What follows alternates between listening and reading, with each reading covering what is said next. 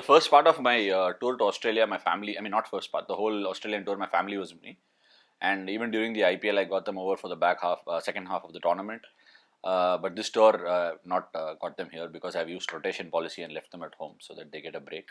But I think without them around, it can be incredibly hard. Yes, we get larger hotel spaces.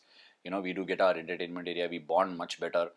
One thing that I must say is standing out is the fact that because of this bio bubble, the players are getting together more often than what it was ever in the past. So I think the team bonding is like gotten better. But I am also sure that a lot of people feel a little bit of boredom and feeling lonely and all that. It'll be nice if they come out and seek some help. But for me to manage it has been mostly around watching stuff on online, reading books, and also doing a little bit of yoga and meditation and stuff. Hi, yes. I was wondering again about the pitch. Do you think it was a good pitch for Test cricket, third Test, and do you expect or do you hope for a similar surface for the next Test match? I have a question back. What is a good cricket surface? Who defines it? Who defines it? I'm asking the question, but I was thinking. No, because I think the question is asked with a contest between bat and ball. No. Yes, of course. The bowler was in the game. The batsman needs to bat well to get runs. There is absolutely no question about it. What makes a good surface? Who defines this? Seam on the first day, then bat well, then spin on the last 2 days. Come on, who makes all these rules? We need to get over it and not talk about whatever picture we want to paint. And if you're asking whether it's a good test surface, I don't see any of the players coming in from England having an issue with the surface. They want to improve. They look like they want to have a contest. Is it the players and the people who are reporting back that want their players to not compete and complain about the pitches? Because we've never done that in any of the tours. Yes. In that case, are you hoping for similar surface in the next Test match? It depends on what you're hoping for. We hope for a good cricket match. Now, team. I think most people would hope for a good cricket match. Of course, that's what you should be hoping for, not about the surface. Yeah, congratulations, Ashwin, for your wonderful feat. Thanks, what I wanted to ask you was that having just achieved this landmark in a test match, which finishes like this, and then there's so much controversy around the pitch. Do you feel hurt that now what is this? Sorry. What is this? I didn't get your this. What I'm trying to say is that you've just achieved such a big landmark, and then there's this talk around the pitch. So does that sort of hurt you that the focus is taken away from the player's performance and his feat? Whether it's you or Akshar, and all the talk is about the pitch rather than the skills of the players. So do you sort of feel sort of disturbed by that it's at the end of the day it's a contest between batter and ball which should be talked about? I'm absolutely not disturbed with things being taken away from the context because this is what's been happening for the last decade, and if not more. And that is why I put out the tweets that I did yesterday. I think people need to get the context of what's happening here. There have been some people who messaged me and said match is finished in 2 days, and what about all the 3 pink ball test matches that we've played? Everything is ended within 3-day time, and I do not want to know what to say because when somebody just throws an opinion out there about a surface, and having had to played the game, unfortunately, maybe they have not played the pink ball test matches, so they do not understand this facet of the game. But I would say my angst against the whole thing is the fact that when people say something, there are so many other people who are watching the same picture, but are not able to paint a different one compared to somebody who is driving a certain case and selling a certain case to us, and this needs to stop. Actually, it was the same question I was asking. You said that the pink ball test matches get over quite early, like 3 days, 4 days. So, is it the ball, as in for a batsman who's so used to playing the red ball and suddenly he's facing the pink ball, be it pace or spin?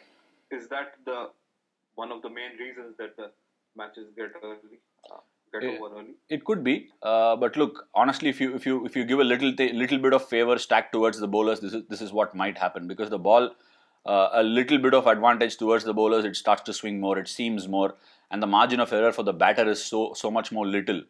Instead of the ball beating the bat or probably getting a thick outside edge, it ends up getting the fine edge and goes behind to the keeper. So these are things that we've noticed, and it happened even at the Eden Gardens when we played Bangladesh. It could very well be spoken about how we really played well in that game and won that game and all that. But that's been the nature of the pink ball test. Even the one in New Zealand where England got all out for 59 and we got all out in Australia for 36. All these things are, if you look at the larger picture of test cricket, you might say these are just one-off occasions, but these are a regular affair in pink ball tests. Hi Ashwin, congratulations on the 400 wicket milestone. I just wanted to know gain your perspective. Virat Kohli and Rohit Sharma have openly talked about that the batting was below par from both the sides in the third test match.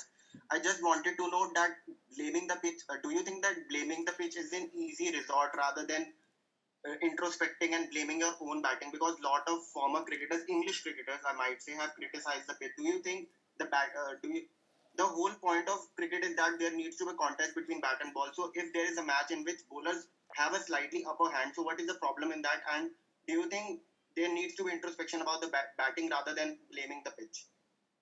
Okay, that's quite a long question. Look, I think I've said this in the past also. I think everybody is entitled to their opinion, and I'm not here to say your opinion is wrong or your opinion is right. But the fact remains that the talk around the surface is just getting out of hands. Yeah, because why would you talk about surface and sell that to us time in and time out? Has there been any instance where the surface has been spoken about when any other place, any other country we played games in? It is. I don't know if I somehow find it very, very funny that when they speak about the surface, it immediately gets quoted all over in our press. And that is the issue here, because there have been instances when we went to New Zealand, both tests got over within 5 days. A total of 5 days for 2 test matches. And now nobody quoted it. And there is a video that's doing the rounds where Virat in South Africa is saying, I am not here to talk about the pitch and I'm not comforting my boys with regards to that. And that is how we've been taught to play cricket, and I don't know why we indulge such thoughts and promote such thoughts, and that's why I say let them sell it. Buying is always our choice. Your 2 wickets have already poked in both innings of the last test, both fantastic big pieces of bowling. Can you give a bit of insight into your thought processes and how you set up those wickets, please? Look, I think Ollie Pope's someone who's probably a really fine player who's coming through the ranks. I've watched a lot of footage of how he goes about his things. He likes to use his feet. He uses reverse sweep and sweep. So for me, it is about what shot he's coming after. He positions himself to play a certain few shots well ahead of what is being planted, and when you're putting a field in place. So I'm trying to pick a fair few cues about how side on and how front on he opens up to play a certain way. So. For me, using the angles is to turn around him into a certain fashion and then try and get both sides of the edge. So if I'm able to spin one back, he's probably ready for the one that's going to come back to him. Now he might wait for the one that's going to go straight on. So these are things that I keep in mind. And truth be told, I think both were really, really good deliveries. I saw it again and I thought, okay, I was lucky enough that I didn't get them when I was batting.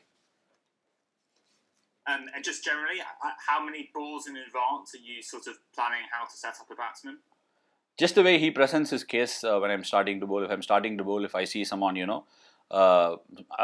not like I have preconceived notions of what the batsman's going to try and do. I have a fair amount of idea, but how he approaches when I start my bowling and what sort of shots he's looking to play, all these things as I'm gauging, I try and make a plan and see if I can make him uncomfortable as soon as he comes to the crease.